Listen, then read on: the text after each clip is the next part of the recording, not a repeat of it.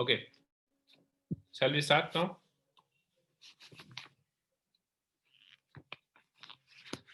See, ionic equilibrium is like, the last chapter of physical chemistry of grade 11. We have 3, 4, 5 more chapters after this. Okay, in this one, in physical chemistry, if you see, that is there in grade 12. This is the last chapter of grade 11 physical chemistry. Yeah, it is a different chapter in NCERT. It is given under one chapter only, that is equilibrium. They have given chemical and ionic both together, but this is a different chapter. Chemical equilibrium we are done. Okay, now we are discussing about ionic equilibrium. Like I said, it is the last chapter of physical chemistry of grade 11, right? Important one for exam point of view, and a little on the tougher side, you can say, because if basic questions you will get, you will do that, but there are a scope that you can get very tough questions from this chapter also. Okay, if you look at the vastness of this chapter, it is like the two most toughest chapter if you consider in grade 11 physical chemistry. You can take off thermodynamics and ionic equilibrium. Okay, so relatively tough, you can say, from the other one. Like, it's not like ionic equilibrium, which is quite easy and easily you can understand all these things, right? So here we have again conditions. You have to analyze the condition, and then accordingly you can use the formula. That kind of analysis is required over here. If you talk about ionic equilibrium, so here we'll discuss about the equilibrium among the ions in the solution, right? Equilibrium among the ions in the solution. What kinds of equilibrium is there? So, and what is the property of that? How the equilibrium exists?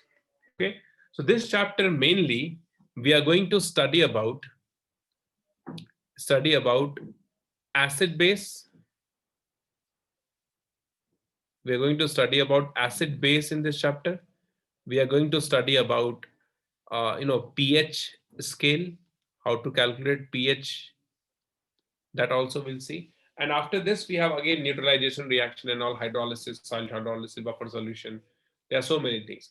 Mainly the entire chapter will go around acid base and its pH scale. Okay, acid base and its pH scale. That is what the entire chapter is. Okay, so what I said, ionic equilibrium deals with the equilibrium among the ions, right?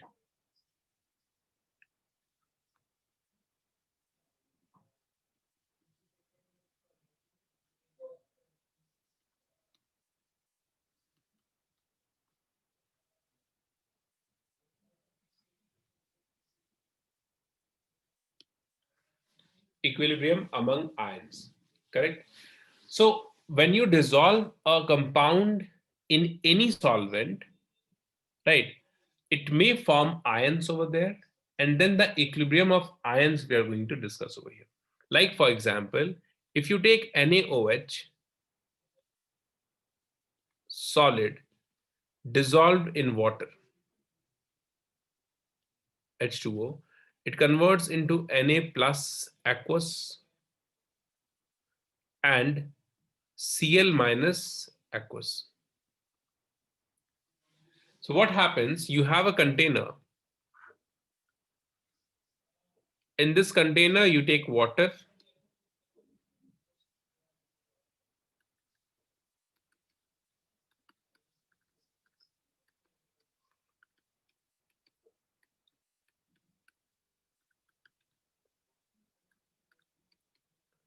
We take water and we add NaOH over here.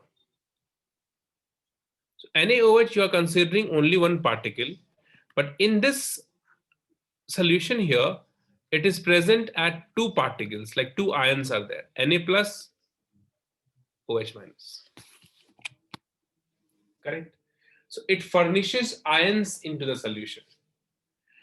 It's not like all the compounds will furnish ions into the solution. Like suppose if you have this one,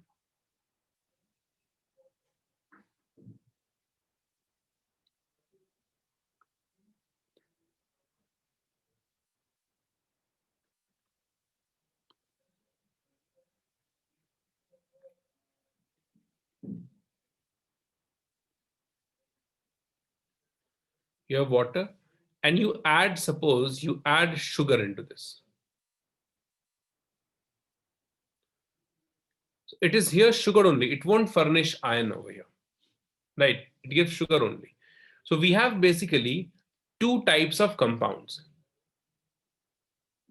You have basically two types of compounds over here, right? One type which provides, acha, I have taken NaOH only here, no? So here also I have taken Cl-, what I have written. 1 second, I'll just correct it. NaOH is fine, and here we'll have OH minus. Okay.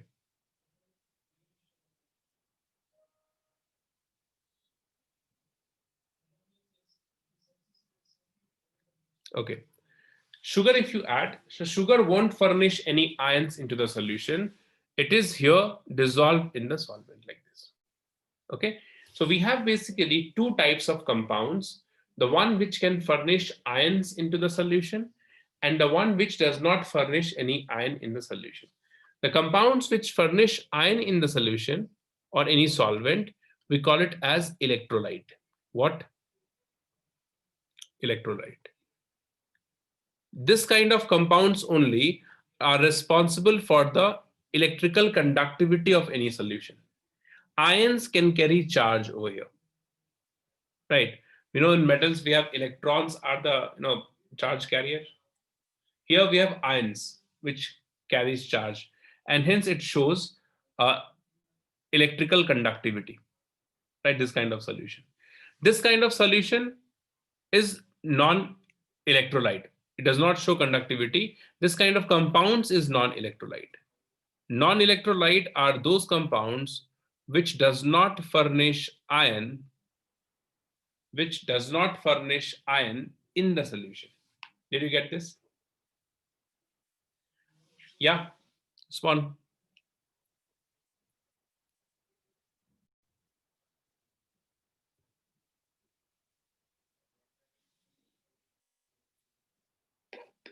Okay, since we talk about the equilibrium of ions, so we must have ions present in the solution. So here in this chapter, we mainly deals with electrolytes. Our focus will be on electrolyte only because this is the one which can produce ions in the solution. So we'll be considering mostly electrolytes over here. Clear? So write down the next heading here. We'll talk about a little bit of electrolytes and then we'll move on. Heading, all of you write down electrolytes.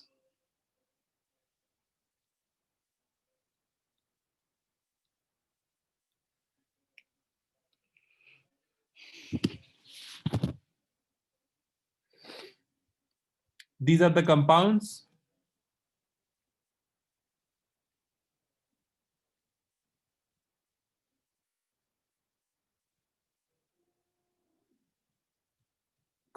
which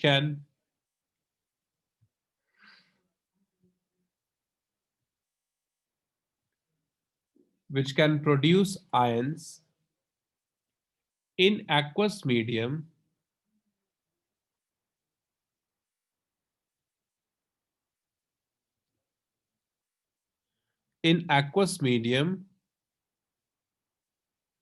are called aqueous medium simply.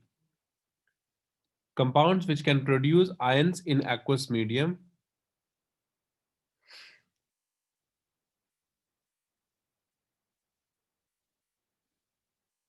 they have capability of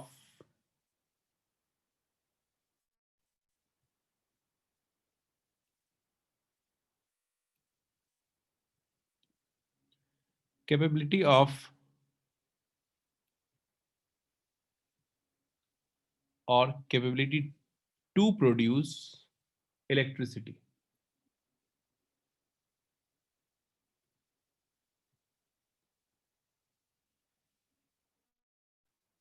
Okay. Example of electrolytes, we can have many example. Any acid we can take, any base we can take, or any salt also we can take. All these comes under the category of electrolyte. Clear?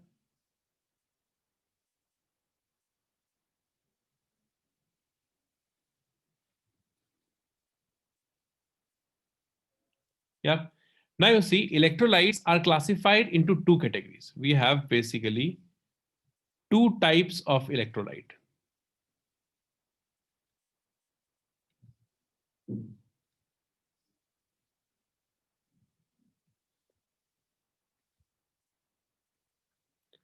The first one is strong electrolyte.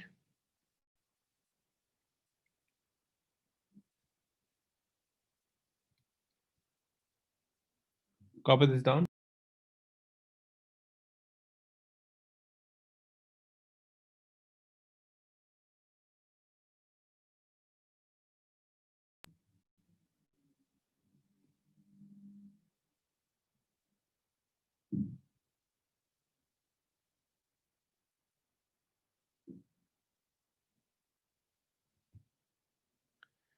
Write down these are the substance.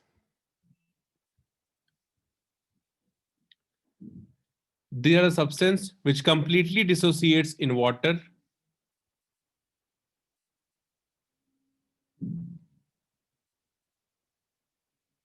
Completely dissociates in water or any polar medium.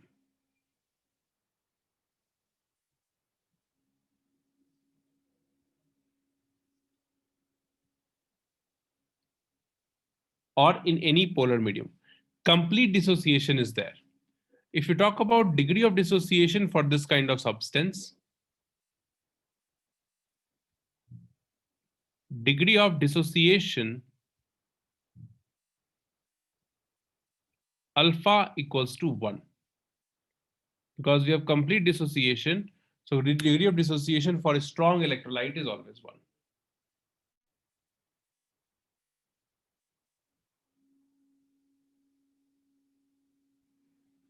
Okay, got it?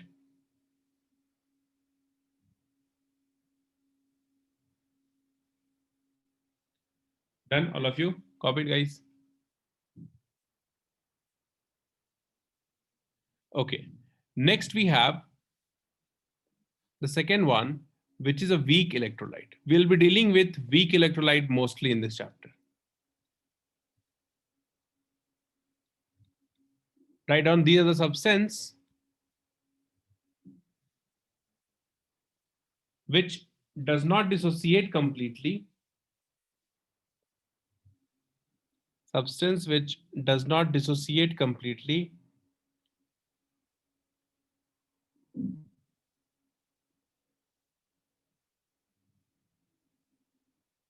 and goes under partial dissociation.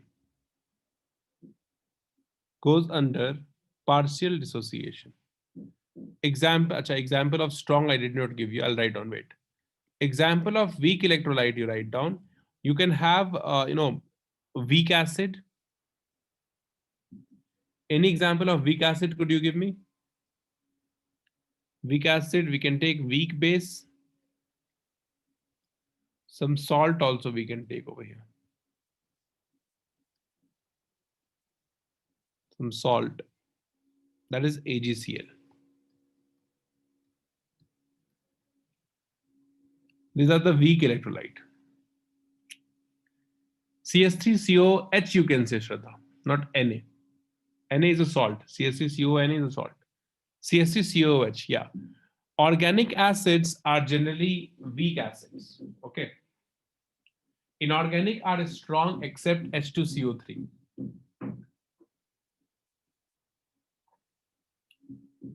H2CO3 is a weak inorganic acids.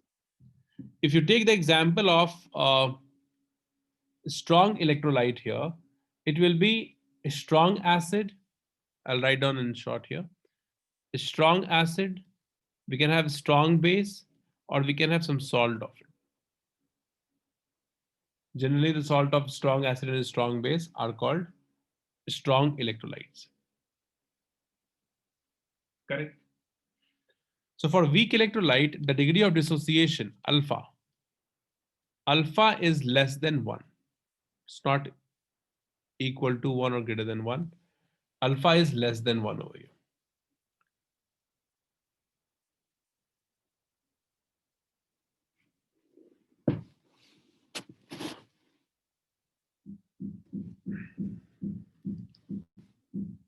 Okay. Now you see this. Suppose we have a weak electrolyte Ha, and it dissociates like H plus A minus. So the initial concentration of this acid Ha is C. This is 0. This is 0 initially. At time t is equals to t, it's obviously some part of this Ha will convert into H plus and A minus. So it is C minus C alpha, and C alpha, where alpha is the degree of dissociation, C is the concentration we have. Did you understand this?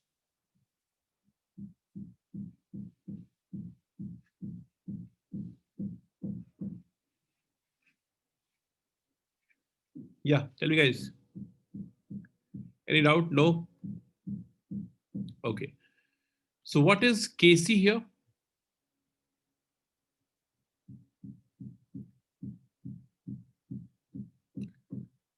Kc equals to concentration of H plus, concentration of A minus, concentration of Ha. Okay. H plus and A minus is C alpha square,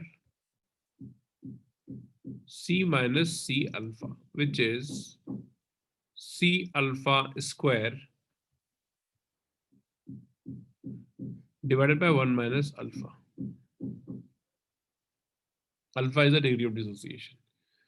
So copy this down first.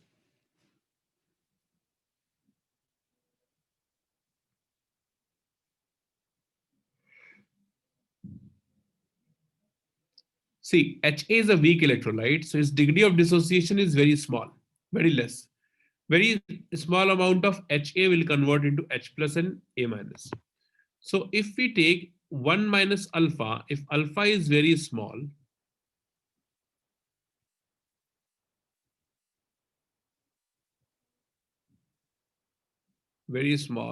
then 1 minus alpha is almost equals to 1. Right? And then this becomes, we are neglecting this alpha with respect to 1 actually, approximation. And then this becomes K is equals to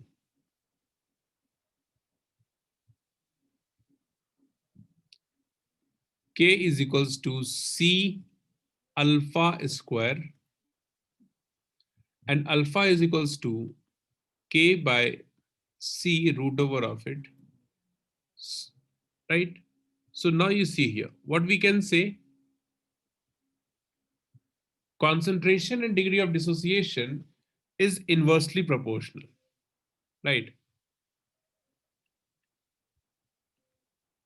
So we can conclude from this, on dilution,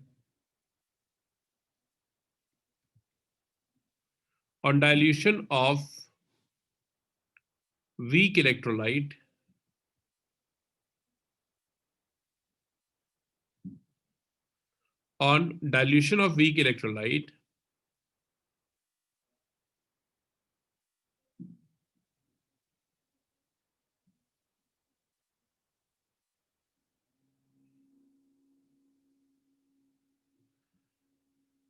the degree of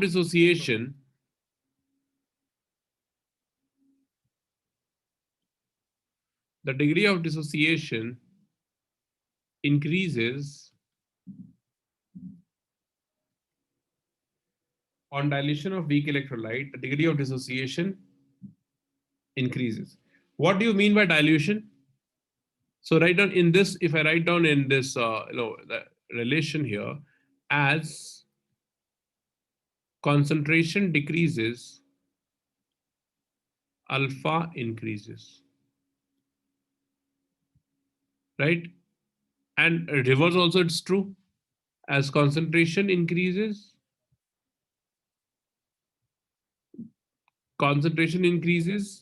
then alpha decreases because both are inversely proportional.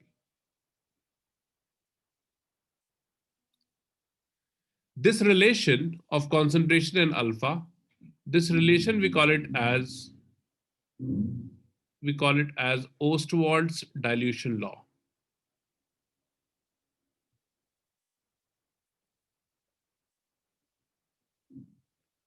Ostwald dilution law, valid only for weak electrolyte. Valid only for,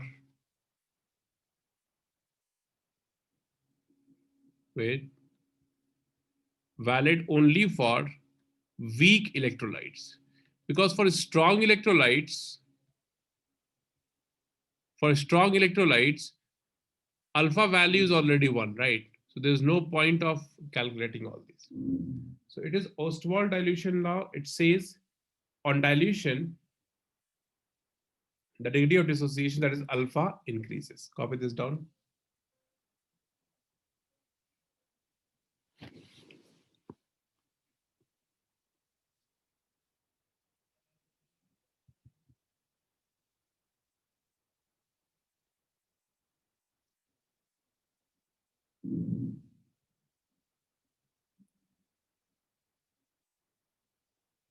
Okay, so you see alpha is keep on increasing, right? As C decreases, because dilution means what? You're diluting the acid. You keep on adding water, that means strong electrolyte Kc is equals to infinity. How? We'll take alpha is 1.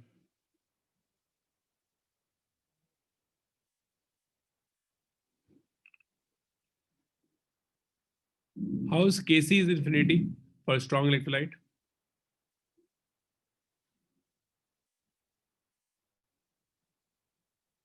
Yeah.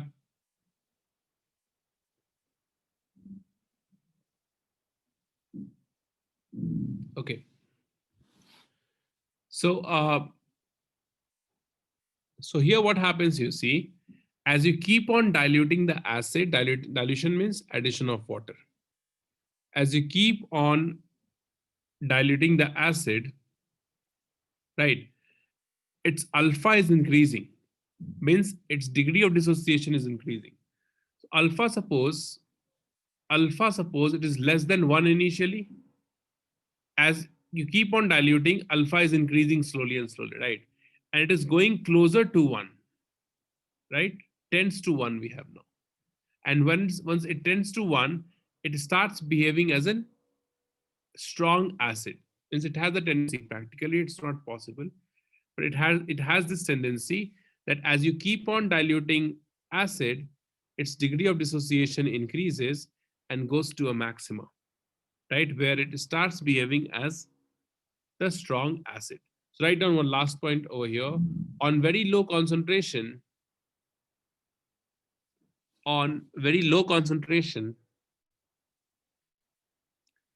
weak acid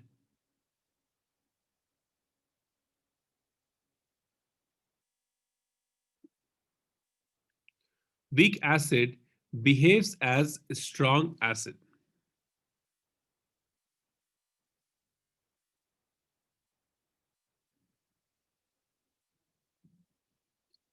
Done? On dilution, weak acid starts behaving as a strong acid because alpha is keep on increasing, it tends to 1. Done, all of you? Keep always this thing in mind that Ostwald dilution law is valid only for weak electrolyte, right? And in this chapter, mostly we'll be dealing with weak electrolyte, only the alpha value. Correct. Okay. Now, if you talk about acid and base,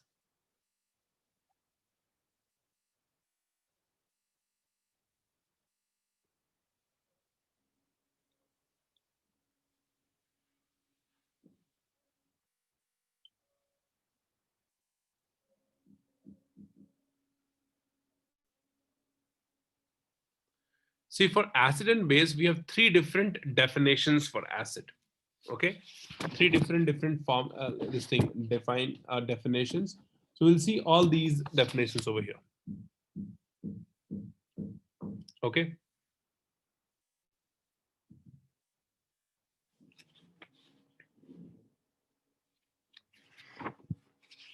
Okay.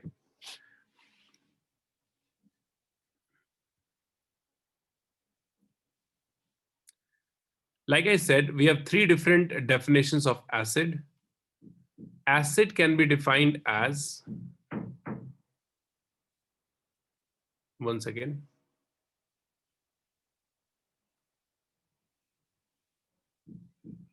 we can have Arrhenius acid,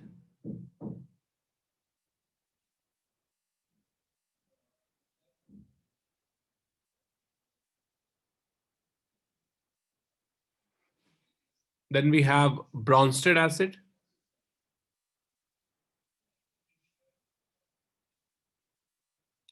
and the last one is Lewis acid.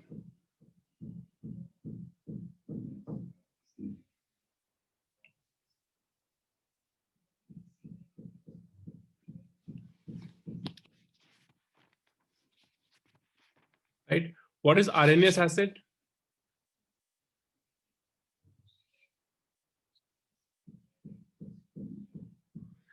See, Arrhenius acid are those substances which releases H plus ion in water.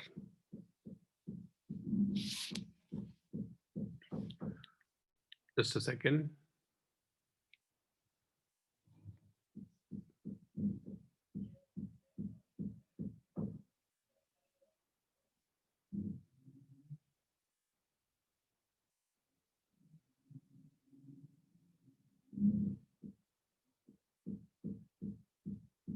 Okay. So Arrhenius acid, you see, these are the substance which increases H plus concentration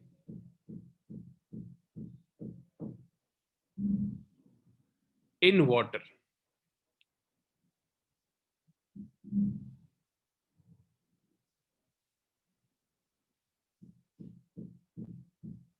H plus means what? Protons. Bronsted is the acid which increases the concentration of H plus ion.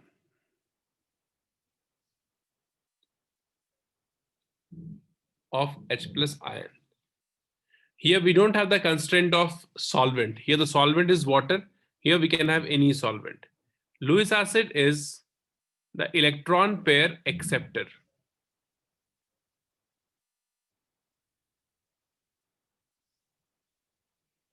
Electron pair acceptor are Lewis acid. The one which takes electron pair are called Lewis acid, electron pair acceptor, right? Arrhenius and Bronsted have the similar kind of definitions. In Arrhenius, what we say, it is the proton donor in water. The solvent must be water. Bronsted, we can have any solvent. We don't have any constraint for solvent here. Copy this.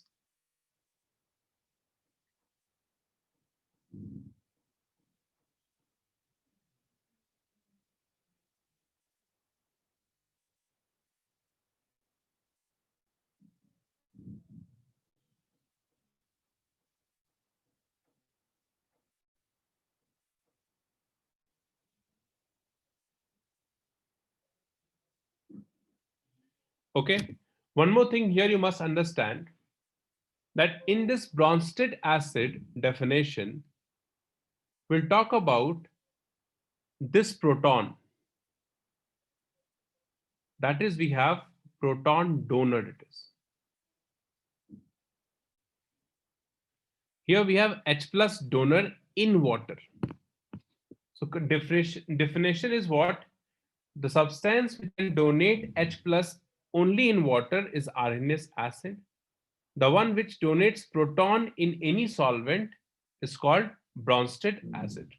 Okay, we don't have the constraint of what? Of solvent in case of Bronsted acid. Now, if you see here, we also know acids are those substance which turns blue litmus to red. Okay, that also you write down. They are a substance which turns blue litmus to red.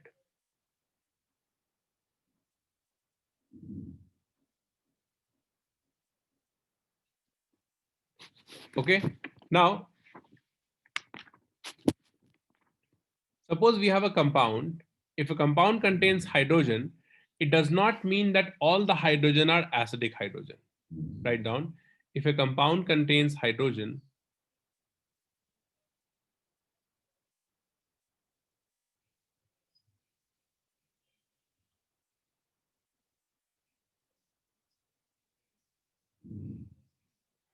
hydrogen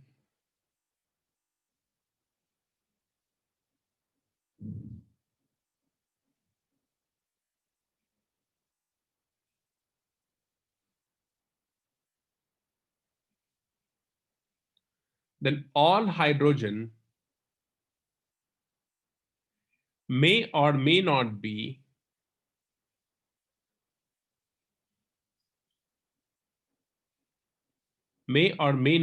acidic. Like for example, you see, suppose we have CH3COOH.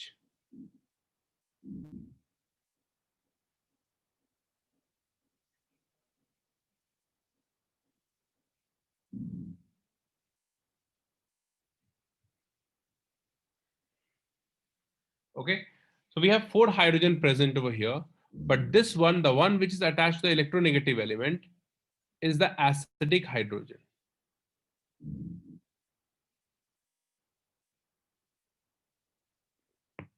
Yeah, all hydrogens are not acidic. It is the one which is attached to the electronegative atom. If you talk about H3PO4, H3PO4, the structure is this: OH, OH, and OH.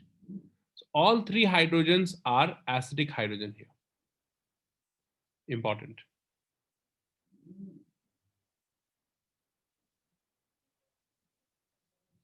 Clear? Done?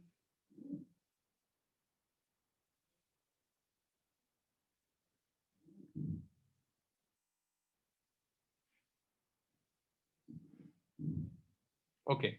One more understanding you must have, if you look at the definition of Bronsted and Arrhenius acid, okay. So Arrhenius acid, the solvent must be water. Bronsted acid, there's no condition of solvent we have. So we can say Arrhenius acid, right? All Arrhenius acids are Bronsted acids, but all Bronsted are not Arrhenius acid. Can we say that? Because Arrhenius acid, the solvent is water. Bronsted concept does not have any constraint with solvent, right? It says whatever the solvent it is, if it is donating hydrogen atom, then it is a solvent, right? This also you must take care of the difference between the Bronsted and uh, this thing, Arrhenius acid. Similarly, we have 3 definitions of base also.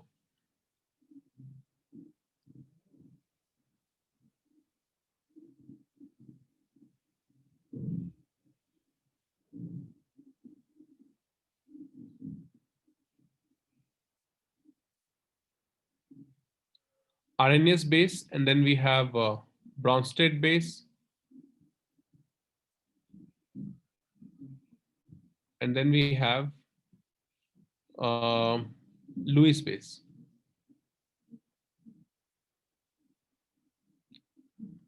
Arrhenius acid is H plus donor. Yes, it's the same thing. Laurie Bronsted acid, Laurie Bronsted base. Same thing it is. Laurie Bronsted acid is same as Bronsted acid.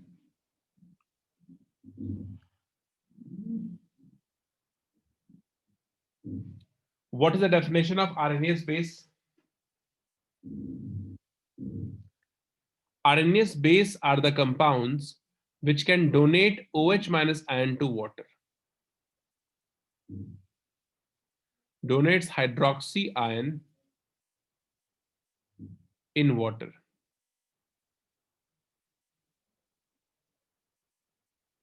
Bronsted base is the one which accepts H plus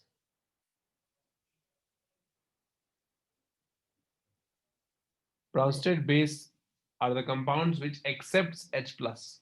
Okay. Lewis base are electron pair donor.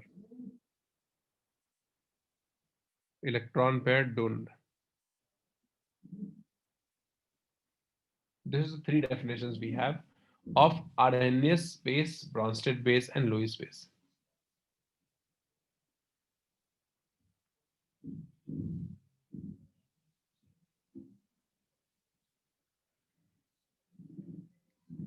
Clear? No doubt?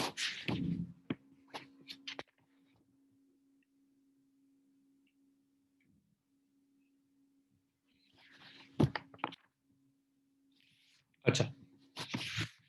Tell me, do you know what is pH?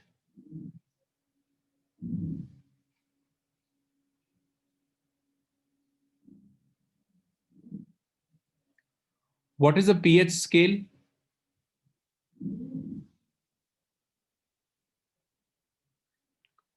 Okay. So pH scale is we use to measure the acidic behavior of a compound, right? And it is defined mathematically as minus log of H plus concentration. Means if you substitute here minus log of H plus, if you find out this minus log of H plus, you'll get the pH of the solution. What is the pH of a neutral solution?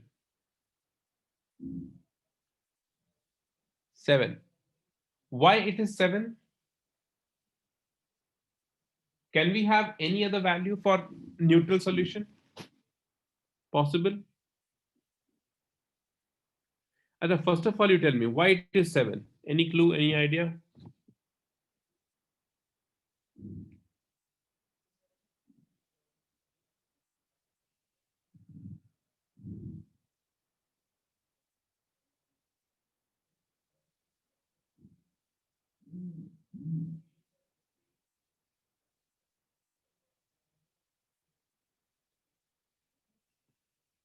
Midpoint of what?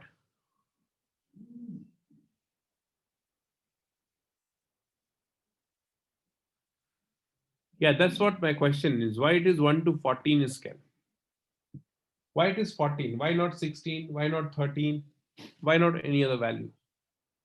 Okay, that is what we are going to understand over here.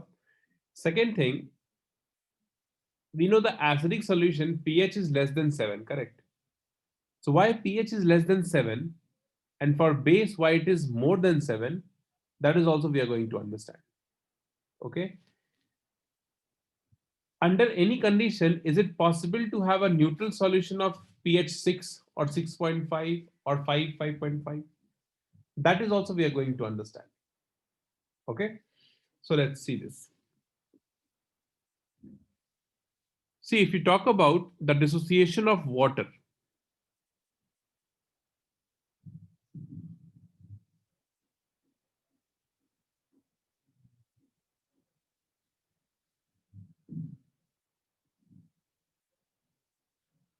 dissociation of water.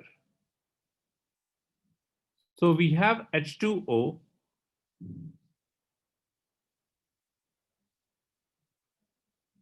H plus and OH minus.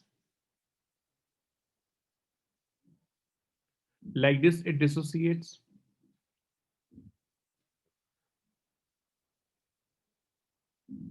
Okay. Achha, we'll do this and then we'll take a break. Give me 5 minutes, okay? Yeah, give me 5 minutes. H2O dissociates like this. Now, if I write down the equilibrium constant here, K, this is equals to H plus into OH minus divided by concentration of H2O. Concentration of H2O does not change much, okay? Why? Because this H2O is a polar covalent compound.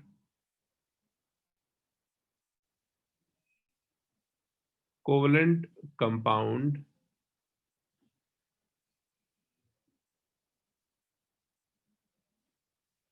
the dissociation is very less.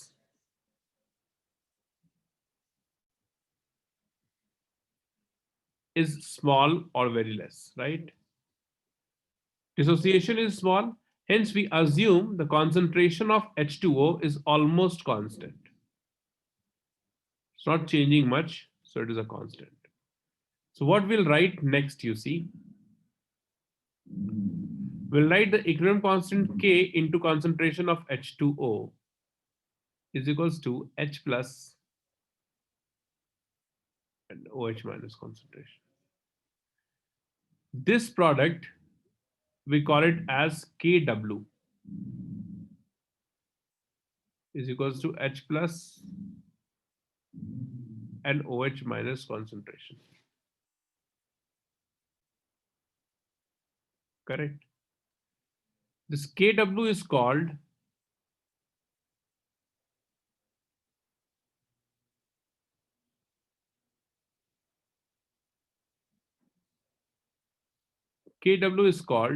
the ionic product of water. This we call it as KW, write down all of you. It is dissociation constant.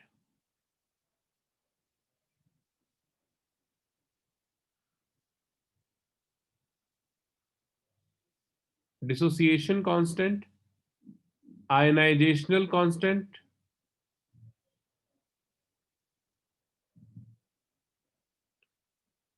ionization constant, and we also call it as ionic product of water.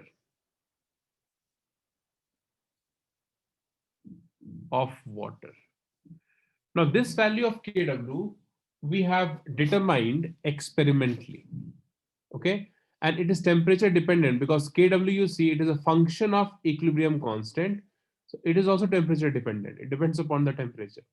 So at 25 degrees Celsius, the value of KW is find out to be 10 to the power minus 14. This you have to memorize.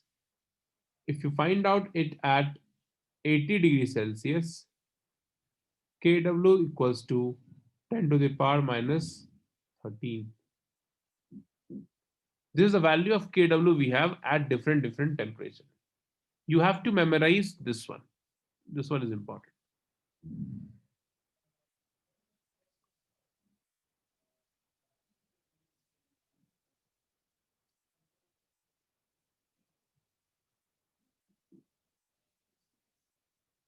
Correct. One more thing you see, the dissociation of water here is an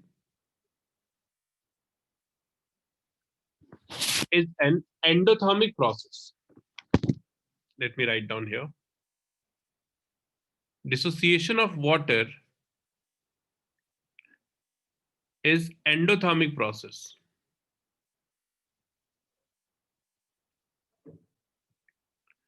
An endothermic process, tell me if temperature increases forward or backward. Forward or backward.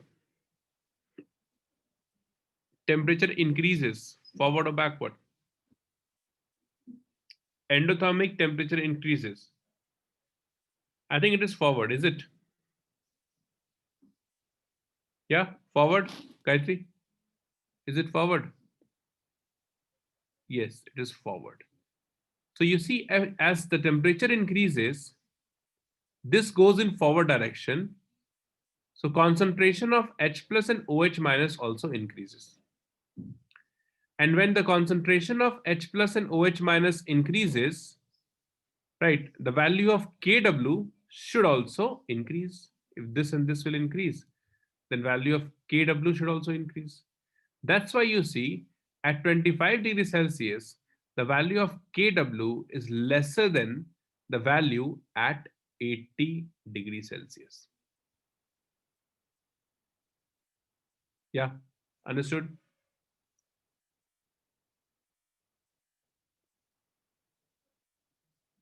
So write down just two lines. KW is temperature dependent